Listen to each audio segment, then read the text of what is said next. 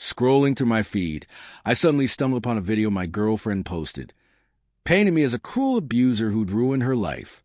When my friend started acting weird, I confronted her. "Why are you doing this? It's not true."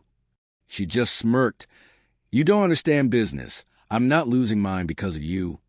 The next morning, I packed her things and said, "You have 24 hours. Now she's sitting outside my door, begging me to forgive her and start over. So here's the thing about dating a content creator. You think you're just dating a person, but you're actually dating their brand, their audience, and whatever version of reality gets the most clicks. I didn't know that when I met Mia at this artsy handmade design expo in Chicago. She had this booth with these moody black and white photos, and honestly, they were pretty good. Not like gallery level stuff, but the kind of work that makes you stop scrolling for a second. She told me right away about her blog and YouTube channel. The whole thing was about overcoming toxic relationships and finding your authentic self. You know, that kind of content that does really well with the algorithm. Her smile was infectious, and she had this way of talking that made you feel like you were the only person in the room. I was completely hooked from day one.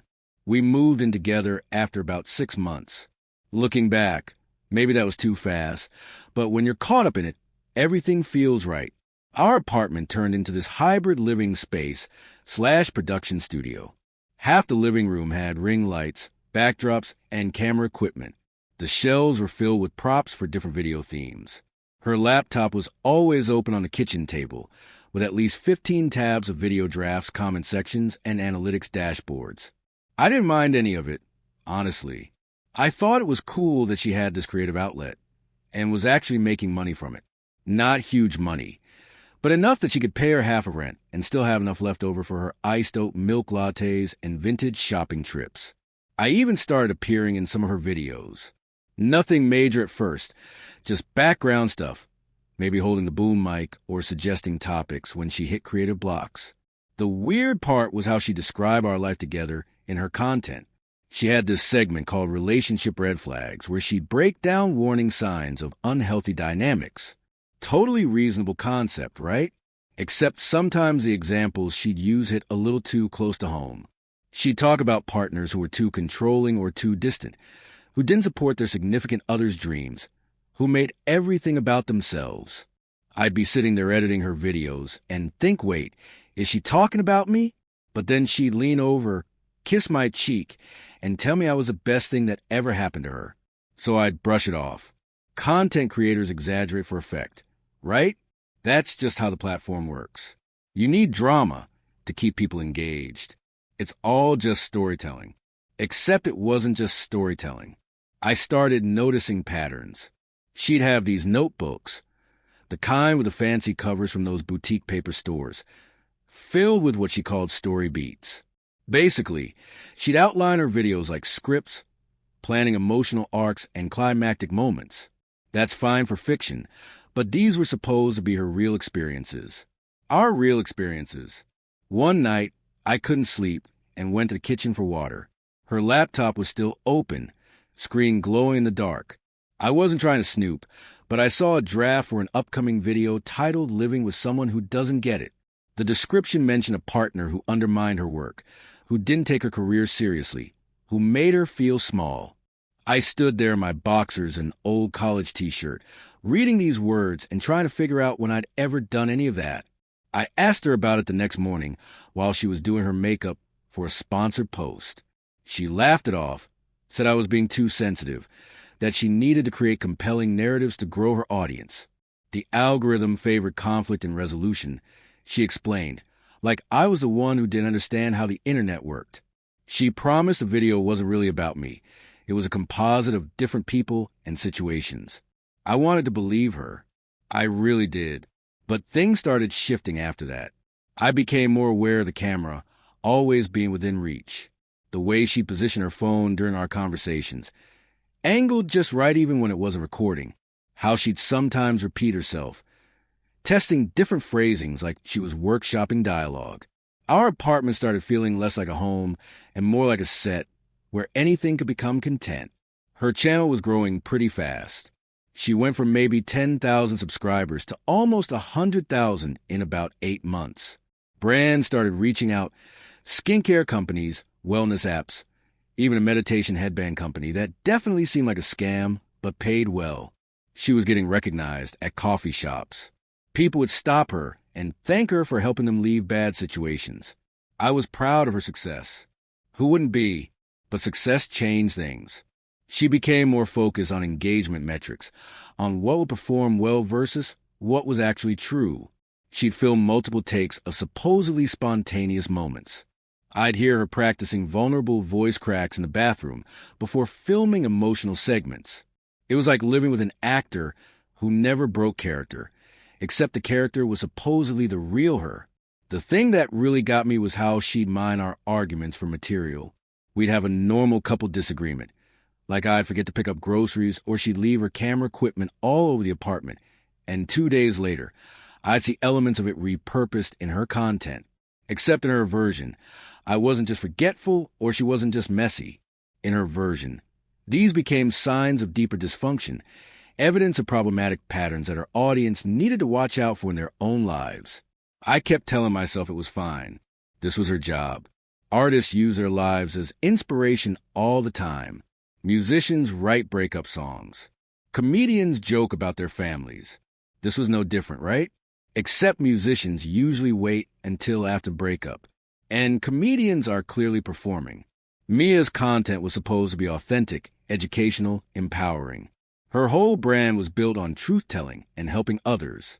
Things came to a head one evening after a particularly weird day.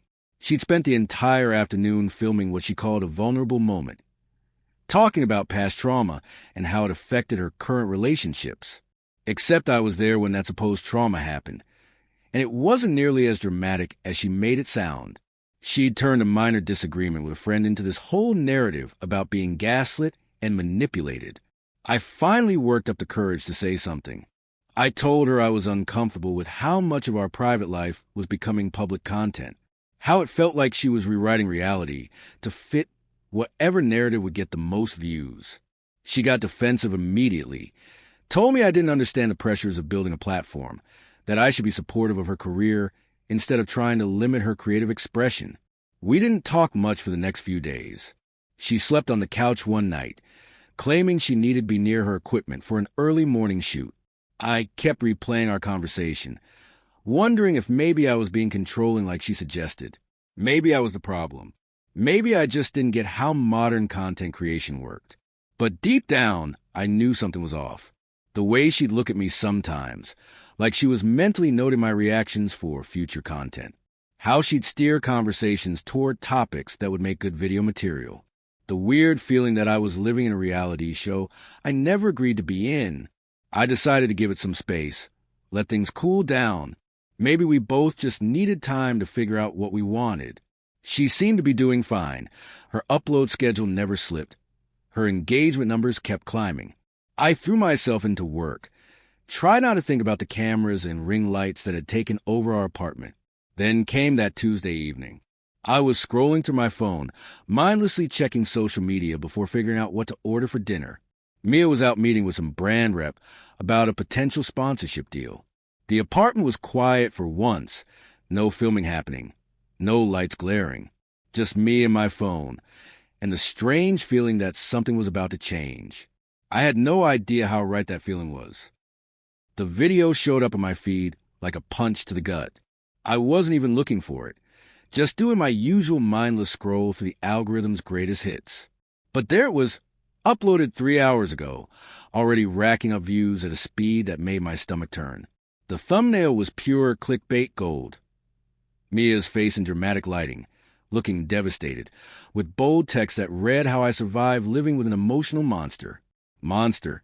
That word just sat there on my screen, glowing in the dim light of our apartment.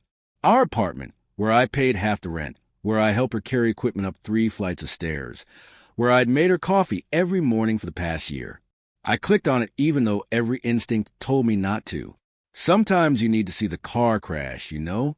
The video started with her sitting in what looked like a hotel room, probably that boutique place downtown she'd been eyeing for aesthetic shoots. Soft lighting, perfectly messy hair, the kind of setup that looks casual but probably took an hour to arrange. She talked about surviving a difficult relationship, about finally finding the courage to speak her truth. Standard content creator intro stuff, the kind that makes people lean in and hit the like button. Then came the examples. Oh man, the examples. She'd taken actual footage from our life together. Stuff I didn't even know she'd kept, and edited it into this horror show of a relationship. There was a clip of me walking past her while she was filming. Just walking past, probably heading to the bathroom or something. But the way she'd edited it with ominous music and her voiceover explaining how I deliberately interrupt her work to assert dominance, I looked like some controlling freak who couldn't stand her success. She showed a text exchange where I'd asked if we could have one dinner without her filming it. One dinner. I'd phrased it nicely, even added a smiley face. But in her video, this became Exhibit A of emotional manipulation. She explained to her audience how partners who try to limit your self-expression are showing major red flags. The comments were already filling up with people calling me controlling, saying she deserved better, thanking her for educating them about these subtle forms of abuse. The worst part was how she'd reframed our actual arguments. We'd had this fight about her leaving camera equipment everywhere. I tripped over a tripod at 2 a.m. and nearly broke my ankle. Reasonable complaint, right? In her video, that became me trying to make her feel guilty for pursuing her passion. She even added these dramatic text overlays, the kind you see in true crime documentaries, highlighting what she called patterns of belittlement and control. I sat there watching myself get turned into a villain in real time. She'd taken a conversation we had about maybe doing some activities that didn't involve cameras and turned it into me being threatened by her independence. A joke I'd made about her photographing her breakfast became me mocking her creative process. That time I asked if we could go to bed early because I had a morning meeting? Yeah, that was proof I didn't respect her work schedule and was trying to impose my routine on her life. The production value was impressive, I'll give her that. She'd mixed in stock footage of couples arguing, used these subtle visual effects to make everything look more dramatic, added music that swelled at exactly the right moments. This wasn't just content. This was a whole production designed to maximize emotional impact. And it was working. The view count was climbing every time I refreshed. 20,000 views, 30,000, 50,000. Then came the part that really destroyed me. She talked about our late-night conversations, the vulnerable ones where I'd open up about my own insecurities and fears. I'd told her about my anxiety, about feeling like I wasn't good enough sometimes, about my complicated relationship with my dad. Private stuff. The kind of things you only share with someone you trust completely. She'd weaponized all of it. In her narrative, my vulnerability became manipulation. My anxiety became a tool I used to control her. That time I'd gotten emotional about feeling disconnected from her, she framed it as me guilt-tripping her for focusing on her career. Every honest moment I'd shared was now evidence of my supposed emotional abuse. She'd taken my trust and turned it into content, and there was nothing I could do about it. The comments section was a nightmare. Thousands of people who'd never met me, who knew nothing about our actual relationship, were making judgments based on 23 minutes of carefully edited footage. Someone said I had dead eyes and probably tortured animals as a kid. Another person wrote a whole paragraph analyzing my body language and concluding I was definitely a narcissist. Multiple people were tagging domestic violence resources. A verified account from some wellness brand commented saying they'd love to sponsor her next video about healing from toxic relationships. I even saw a comment from some podcaster asking if she'd be interested in doing an interview about recognizing and escaping emotional manipulation. This wasn't just going viral. It would become a movement, and I was the designated bad guy. My hands were shaking as I scrolled through the responses. Part of me wanted to comment, to defend myself, to explain what actually happened. But what could I say? The narrative was already set. She had the platform, the audience, the perfectly edited evidence. I had what? My word against her content? In the attention economy, production value beats truth every single time. I noticed she'd been careful too. She never used my name, never showed my face clearly enough to be immediately recognizable. Just careful enough to avoid legal problems, but obvious enough that anyone who knew us would know exactly who she was talking about. Her friends would know. My friends would know. Our neighbors would know. My co-workers might stumble across it. This was my life now, forever archived on the internet as the emotional monster who made a strong woman's life miserable. The video ended with a call to action. She asked viewers to share their own stories of surviving difficult relationships, to support each other in the comments, to follow her journey of healing and growth, and of course, to check out her Patreon for exclusive content about recovery and self-care. Because nothing says authentic healing like a monetization strategy. I checked the upload time again, 3 hours ago, which meant she'd filmed this, edited it, and posted it while I thought we were just taking space to cool down. While I was wondering if maybe I was a problem, she was already building her case to 50,000 strangers. This wasn't a spontaneous decision or an emotional outlet. This was calculated, planned, and optimized for maximum engagement. My phone buzzed. A text from my buddy Jake asking if I was okay, saying he'd just seen something weird online. Then another from my sister. Then my cousin. The video was spreading beyond her usual audience now, getting picked up by reaction channels and commentary accounts. I was about to become internet famous for all the wrong reasons, and there wasn't a single thing I could do to stop it. I stood up from the couch, legs feeling like jelly, and walked to the window. Chicago looked the same as it always did. Lights, traffic, people living their normal lives. But my life had just been uploaded, edited, and served up as entertainment for people eating dinner and killing time before bed. Somewhere out there, someone was watching that video right now, making assumptions about who I was based on content designed to get views, not tell truth. That's when it hit me. This was her job now. Not just making videos, but making villains. She built her whole brand on surviving toxic relationships, which meant she needed toxic relationships to survive. Or at least, she needed people to believe she was in one. I'd been so focused on supporting her career that I never stopped to ask what that career was actually built on. The answer was right there in my feed, getting monetized by the minute. I thought about all those times she'd encouraged me to be more open, to share my feelings, to trust her with my vulnerable moments. I thought it was intimacy. Turns out it was research.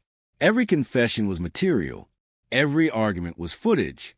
Every moment of weakness was content waiting to be repurposed for the algorithm. She'd been building her case against me for months, maybe longer, and I'd helped her do it by being honest. The apartment suddenly felt smaller, like the walls were closing in. This was supposed to be home, but it was really just her studio with a bed in it. The ring lights in the corner weren't just equipment. They were a reminder that everything here was potentially on camera, potentially content, potentially evidence in whatever narrative she decided to craft next. I had to do something. I couldn't just sit here while my life got rewritten by someone with better editing software and a monetization strategy. But what? Call her? She was probably already preparing her response video about how I'm harassing her for speaking her truth. Text her? That would just become Exhibit B in the next upload. The rational part of my brain said to just ignore it, let it blow over, move on. But the video was climbing toward 100,000 views. This wasn't blowing over. This was just getting started. And somewhere in the back of my mind, a different kind of thought was forming. She'd use her platform to tell a story. Maybe it was time someone told the real one. Mia came home around midnight, and I could smell her perfume before I heard her keys in the door. That expensive stuff she wore for important meetings, the kind that cost more than our grocery budget for a week. She was humming something, probably riding high from whatever brand deal she just locked down. She had no idea I'd seen the video. No idea that while she was out securing sponsorships, her character assassination of me had hit 250,000 views. She walked into the living room and froze when she saw me sitting there in the dark. Laptop open. Her video paused on the screen. The thumbnail was still visible. Her sad face. That monster label. For a second, maybe two, something flickered across her expression. Not quite guilt, but close. Then it was gone, replaced by that content creator's smile she perfected for camera. I turned the laptop toward her, without saying anything. Just let the evidence speak for itself. She glanced at it, then at me, then back at the screen. I watched her calculate her response in real time, saw the gears turn behind her eyes as she figured out what angle to take. Finally, She dropped her bag on the floor and crossed her arms, leaning against the door frame like we were about to have a casual chat about what to order for dinner. She told me it was just content.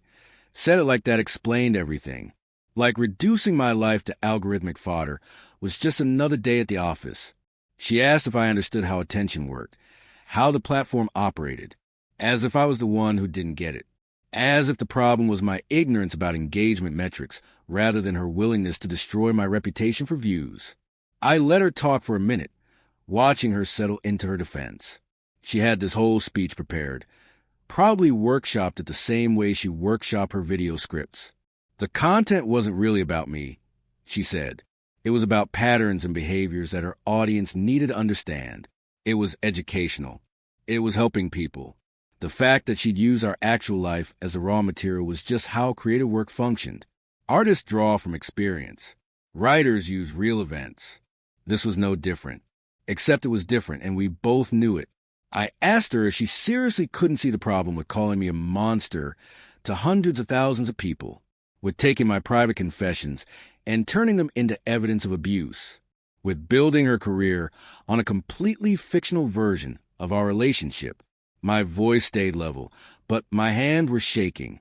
I'd never been this angry and this calm at the same time. She rolled her eyes, actually rolled them, and said I was being dramatic. That word, dramatic, coming from someone who just posted a 23-minute video with horror movie music and crying in a hotel room. The irony was almost funny. She walked past me to the kitchen, opened a fridge, grabbed a bottle of sparkling water, took her time opening it, like this conversation was just a minor inconvenience in her day. Then she hit me with the real kicker. She said people needed these stories. Her audience was depending on her to share authentic experiences about surviving difficult relationships. If she stopped creating that content, she'd be letting down thousands of women who looked to her for guidance and validation, as if exploiting our relationship was actually a noble act of service, as if I should feel honored to be sacrificed for the greater good of her engagement rate. I stood up and walked to where she was standing, looked her right in the eye, and asked about the cost. If her content was so helpful, so important, so necessary, what was the price? Who paid it? Because from where I was sitting, I'd paid it. My privacy, my reputation, my trust. I'd handed her all of that willingly, thinking we were building something together. Turns out I was just funding her content calendar with pieces of my life. She took a sip of her water, real slow and deliberate, then told me I was being selfish. Said I was making everything about me when this was about something bigger. Her platform, her message, her responsibility to her community. She'd worked too hard to build this to let my insecurity get in the way now. The fact that I couldn't support her career said more about me than it did about her content choices. The gaslighting was almost impressive in its efficiency. Within 5 minutes, she'd managed to reframe the whole conversation so that I was the problem. Not her for posting the video, but me for being upset about it. Not her for lying to her audience, but me for not understanding the creative process. She'd turned my legitimate concerns into character flaws, and she'd done it so smoothly I almost didn't notice it happening. I told her flat out that I wanted her to take the video down. Remove it, delete it, whatever. Issue a correction or clarification, or something acknowledging that she'd exaggerated for effect. It had already done its damage, sure, but at least it wouldn't keep spreading. At least we could try to contain this mess before it got worse. I wasn't even asking for an apology at that point, just basic damage control. She laughed, not a nervous laugh or an uncomfortable one, a genuine laugh, like I just told the funniest joke she'd heard all week. She asked if I was serious, if I actually thought she'd delete her best-performing video in months. Did I know how much engagement it was getting? How many new subscribers she'd gained? How many brands had already reached out? The video was staying up, she said. Non-negotiable. This was her work, her platform, her decision. If I had a problem with it, that was on me to deal with. Maybe I needed to examine why I was so threatened by her success. Maybe I should consider whether my controlling behavior, yes, she actually used that phrase, was exactly what she'd been documenting all along. Maybe this reaction proved she'd been right about me. I felt something shift inside me right then. Not anger anymore, but something colder. Clarity, maybe. I'd been so focused on loving her, supporting her, being the good partner that I'd missed the obvious truth. She didn't see me as a person. I was a resource to be mined, a character to be developed, a plot device in her ongoing story. Everything I'd shared, every vulnerable moment, every private conversation, none of it had been sacred. It had all been material waiting to be monetized. She kept talking. Something about how the world didn't revolve around my feelings, how she had a responsibility to her audience that superseded my comfort. But I'd stopped listening. I was thinking about those notebooks she kept, the ones with the story beats and planned content arcs. I was thinking about her laptop with its 15 open tabs. I was thinking about how she'd built an entire career on authenticity, while living the most calculated, manufactured life I'd ever seen. I asked her one more question, keeping my voice flat and empty. Did she ever actually care about me, or was I always just content waiting to happen? Was any of it real, or was our entire relationship just research for a brand? The question hung in the air between us, and for a moment I thought maybe she'd give me an honest answer. Maybe she'd drop the creator persona and just be human for 30 seconds. Instead, she told me I was being manipulative, that asking questions like that was exactly the kind of emotional coercion she'd been talking about in her video. She was done with this conversation. She said she had editing to do, probably planning her response video about how I confronted her for telling her truth. She grabbed her laptop from the table and headed toward the bedroom. I watched her go, and something in my chest felt hollow. This wasn't the person I'd fallen for at that art expo. Or maybe it was, and I'd just been too blind to see it. Either way, the woman walking away from me right now wasn't someone I recognized. She was a brand, a platform, a content machine wearing the skin of someone I used to love. The apartment was quiet after she closed the bedroom door. Just me and the ring lights and the camera equipment scattered around our living room. I sat back down on the couch and opened my laptop again.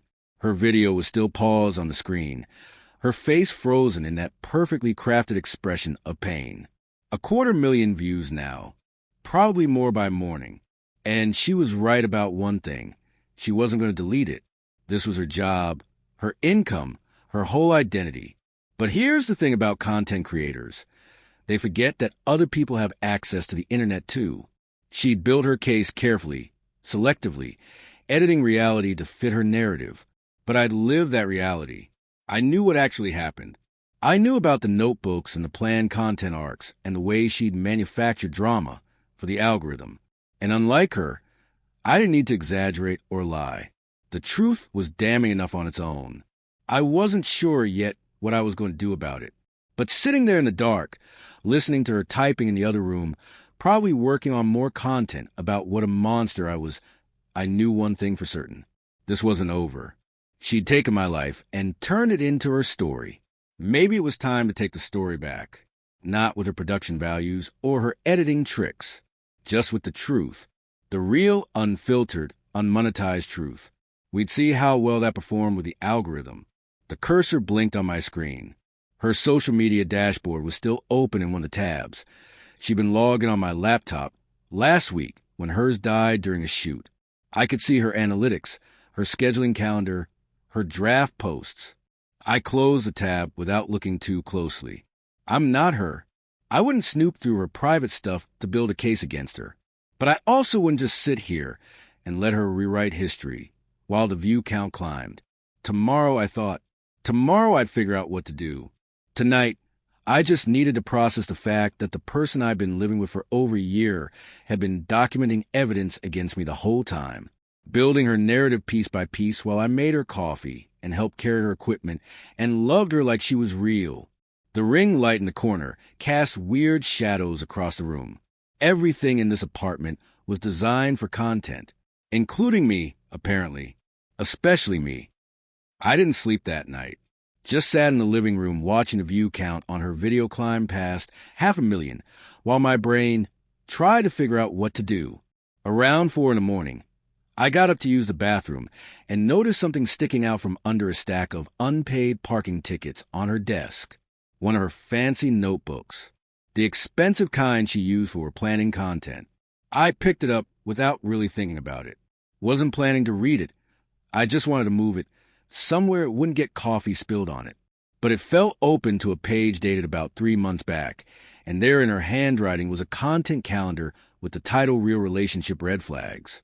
Under that, she'd written a list of scenarios she planned to film or recreate, including ones that hadn't even happened yet. She'd literally pre-written our arguments. That notebook was like finding out your whole life was scripted. She had pages of planned conflicts, emotional beats she wanted to hit, even specific phrases she wanted to work into conversations, so they'd sound good in voiceover later. There was a whole section about how to escalate minor disagreements into content-worthy drama. Another about mining past traumas, mine and hers, for maximum emotional impact. This wasn't documentation of a toxic relationship. This was a production Bible for creating one. I kept flipping through pages, each one worse than the last. She'd outlined exactly how she'd frame certain stories, which details to emphasize, which parts to leave out. There were notes about camera angles and lighting setups for impromptu moments that were anything but impromptu. She'd even sketched out potential thumbnails for videos she hadn't made yet, including one titled Leaving an Emotional Manipulator, with drawing of her looking brave and determined. My hands were shaking as I took photos of the pages with my phone, not because I had some master plan, but because I needed evidence that I wasn't crazy, that this really was as calculated as it felt, that I hadn't imagined the whole thing. The notebook was proof that everything, our entire relationship for months, maybe longer, had been content development. I'd been living a reality show I never auditioned for, and she'd been the producer, director, and star. Then I found the password page, just sitting there like it wasn't the keys to her entire digital kingdom. Username, password, backup codes for her main channel account. She'd written them down on actual paper like some kind of millennial who couldn't remember which variation of her cat's name she'd used for security. Part of me wanted to look away, pretend I hadn't seen it, but the bigger part remembered that video with 500,000 views, calling me a monster. I sat down at her computer desk, the one she'd set up right by the window for natural light in her videos. Her laptop was still there, sleeping but not locked. I opened it, half expecting security measures, but nope. Just her desktop with folders labeled Content Calendar, Drafts, Collab Offers, and one called Private, which obviously wasn't private at all, because it wasn't even password protected. I didn't have to hack anything. She'd left it all sitting there like she never considered I might look. The private folder was a gold mine of terrible. Screenshots of text conversations with her friends where she talked about manufacturing drama for content. Voice memos where she practiced different ways of crying on camera. Email chains with brands where she promised to deliver certain types of emotional content in exchange for sponsorship money. She literally sold our relationship problems to a skincare company in exchange for $5,000 and free products. But the worst part was a folder called Video Drafts. Inside were different versions of that monster video, early cuts where she tried different angles, different music, different ways of framing the same footage. I could see her process, how she refined and optimized a narrative with each iteration, how she'd tested different thumbnails to see which one performed better with focus groups. This wasn't spontaneous truth-telling. This was a calculated hit piece, A/B tested, and algorithm optimized. I didn't think. I just acted, logged into her channel using the password from the notebook, navigated to the upload section, and started recording. No fancy equipment, no ring lights, no script. Just me sitting there in the early morning light, exhausted and angry, and so far past caring about production value. I held up the notebook, showed the pages to the camera, talked through what I found, explained how every supposedly authentic moment had been planned, plotted, and pre-written. I pulled up her private files on screen, showed the different versions of her videos, the email chains with brands, the text conversations where she bragged about manipulating situations for content, kept my voice steady and factual, didn't embellish or exaggerate, didn't need to. The evidence spoke for itself. Her own words, her own plans, her own proof that nothing about her authentic content was actually authentic at all. The video was maybe 15 minutes long. No editing, no music, no dramatic pauses. Just truth, raw and unfiltered, and probably violating about 17 different terms of service. I titled it The Real Story Behind the Emotional Monster Video and uploaded it straight to her channel. Used her own platform to tell my side. Posted it as public. Pinned it to the top of her page and logged out. Then I started packing her stuff. Not violently or dramatically. Just methodically going through the apartment and sorting what was hers. Camera equipment, ring lights, that stupid meditation headband the scam company sent her, the fancy notebooks, the props, the aesthetically pleasing throw pillows she bought specifically because they look good on camera. All of it went into boxes and bags, organized and ready to go. She came out of the bedroom around 7, probably planning to film her morning routine for Instagram. She saw me with the boxes, and her face went through about 5 different emotions in 2 seconds. Confusion, then anger, then this calculated calm that told me she was already thinking about how to frame this for content. She asked what I was doing in that carefully controlled voice she used when she was trying not to look bad on camera. I told her straight.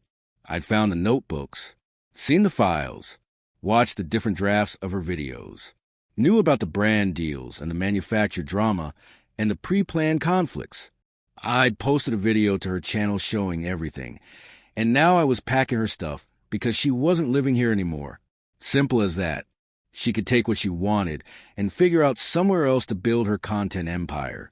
Her face went white. She lunged for her laptop, frantically logging into her channel to check if I was serious. I watched her find the video, watched her see that it was already getting views, her own subscribers finding it first thing in the morning. She started deleting it immediately, hands shaking, cursing at the screen. But we both knew it was too late. The internet doesn't forget. Someone had already downloaded it, probably multiple someones. It would be re-uploaded and shared and dissected across platforms before lunch. She turned on me then, and for the first time since I'd met her, the content creator mask completely dropped. She screamed that I'd ruined her life, destroyed her career, betrayed her trust. The irony of that last one almost made me laugh. She'd built her entire platform on betraying my trust, but somehow I was the villain for exposing it. She called me every name she could think of, said I'd never work again, that she'd sue me, that I'd regret this forever. I just pointed to the boxes and told her to take her stuff and leave, kept my voice level, didn't engage with the drama, told her I'd paid this month's rent, so she had time to figure out her situation, but she couldn't stay here. Not after everything.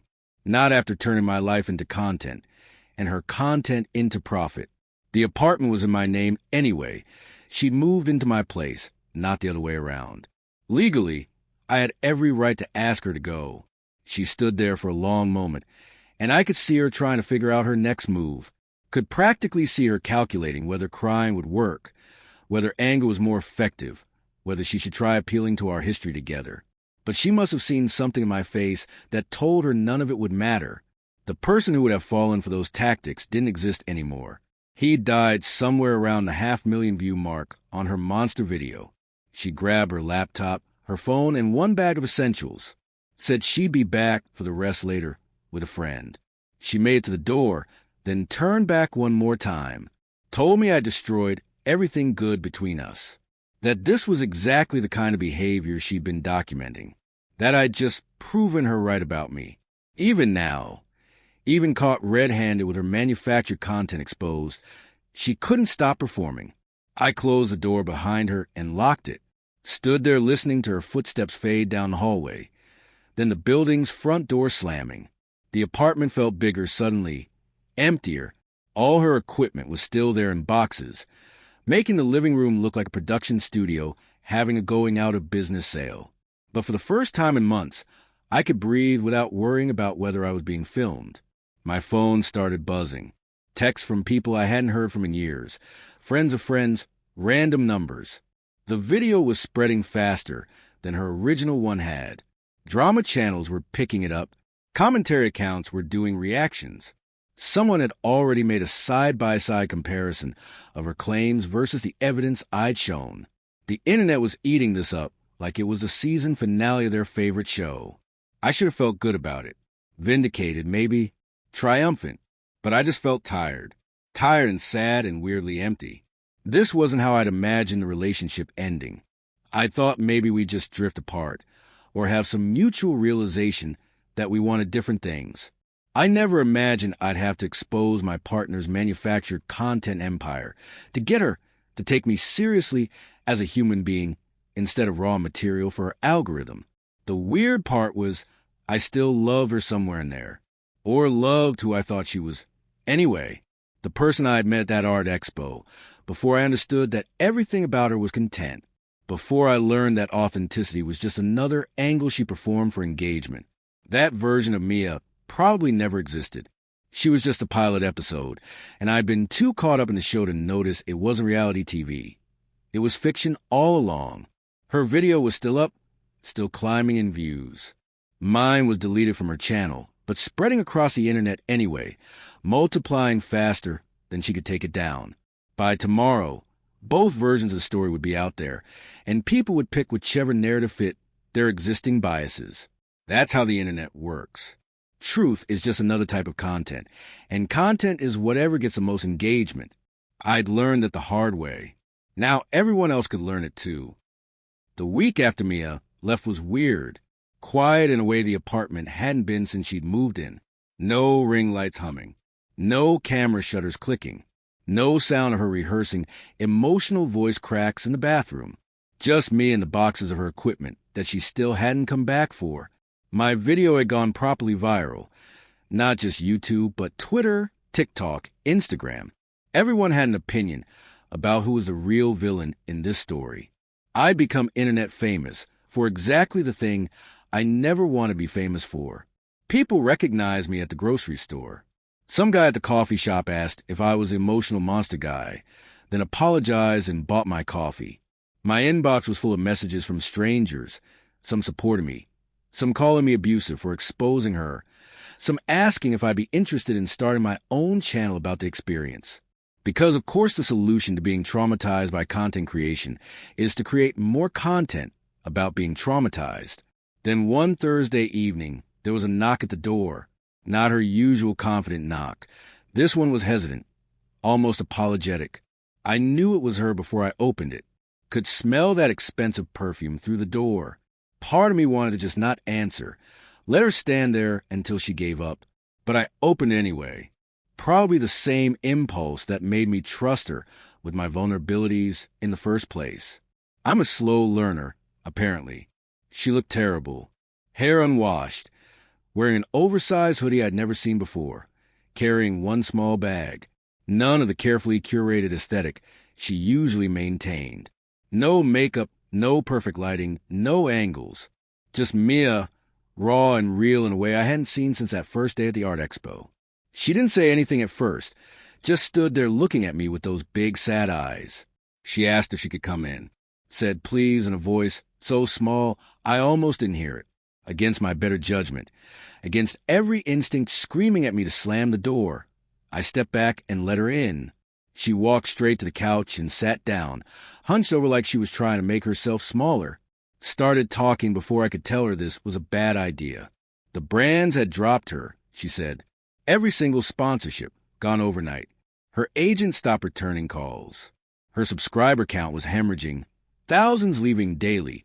Her comment section full of people calling her a fraud. She'd been staying with a friend, but that friend had asked her to leave after seeing the full extent of what I'd exposed. Her parents weren't taking her calls. She had nowhere to go, no income, no prospects.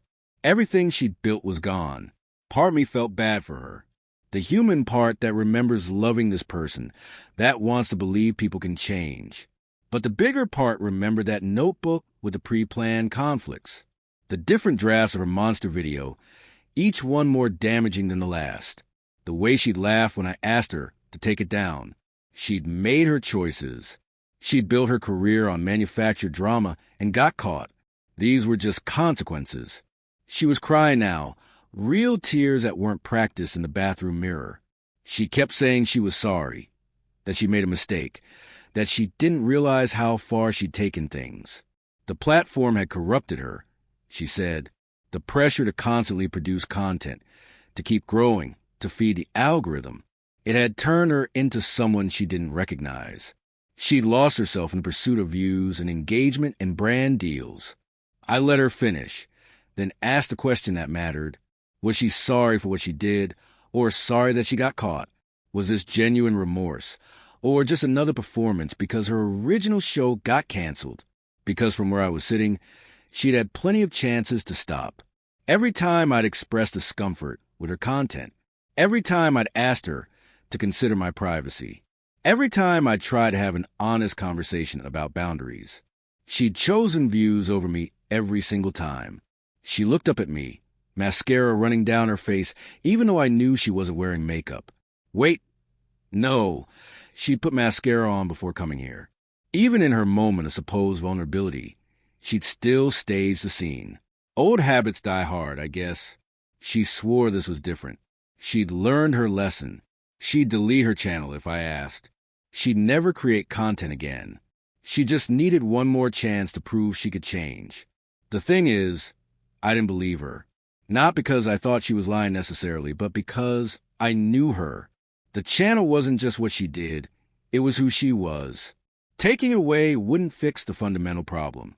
She'd built her identity around being a content creator, around turning life into stories and stories into views. You can't just delete that like it's another video. It's too deep, too ingrained. I told her the truth as gently as I could, that I appreciated the apology, but we were done, not because I couldn't forgive her, but because I couldn't trust her. Every conversation would be filtered through the question of whether she was being real or gathering material. Every vulnerable moment would come with the fear that it might end up in her next comeback video. I couldn't live like that. Nobody should have to live like that. She asked if I was really going to abandon her when she had nothing left, tried one more time to make me the villain in her story. But I'd learned enough about her tactics to recognize it. I wasn't abandoning her. I was refusing to be her safety net after she'd spent months using me as her punching bag. There's a difference. I walked to the door and opened it, told her she could come back tomorrow with a friend to get her equipment. But that was it. No more chances. No reconciliation arc. No redemption storyline where we both learned and grew and came back stronger. This was just an ending. Not every story gets a satisfying conclusion. Sometimes people hurt each other and then go their separate ways, and that's all there is to it. She stood there for what felt like forever, probably hoping I'd change my mind. When I didn't, she picked up her bag and walked to the door, paused there like she wanted to say something else. Try one more angle, but maybe she finally realized I was serious. Maybe she finally understood that not everything could be fixed with the right words and the right lighting. She left without looking back. I closed the door and locked it, stood there listening to her footsteps fade down the hallway for the second time. It felt final, in a way it hadn't the first time. The first time was anger and betrayal. This time was just done, exhausted, ready to move on from the whole mess. The boxes of her equipment were still there, reminding me that I'd have to deal with her at least one more time. But after that, it would be over. She'd be someone else's problem, or more likely, her own problem. I'd be free to live a life that wasn't content, wasn't material, wasn't fodder for someone else's algorithm. Just a regular, boring life where my private moments stayed private and my vulnerabilities weren't weapons. I looked around the apartment. My apartment now, truly mine again. Tomorrow I'd rearrange the furniture, take down the backdrops, reclaim the space that had been a studio. Tonight I just sat in the quiet, appreciating the absence of cameras and ring lights and the constant pressure to be interesting enough to monetize. The internet would move on to the next drama eventually. People would forget about the emotional monster and his content creator girlfriend. Life would get boring again. I couldn't wait. Hey everyone, thanks for sticking with this story till the end.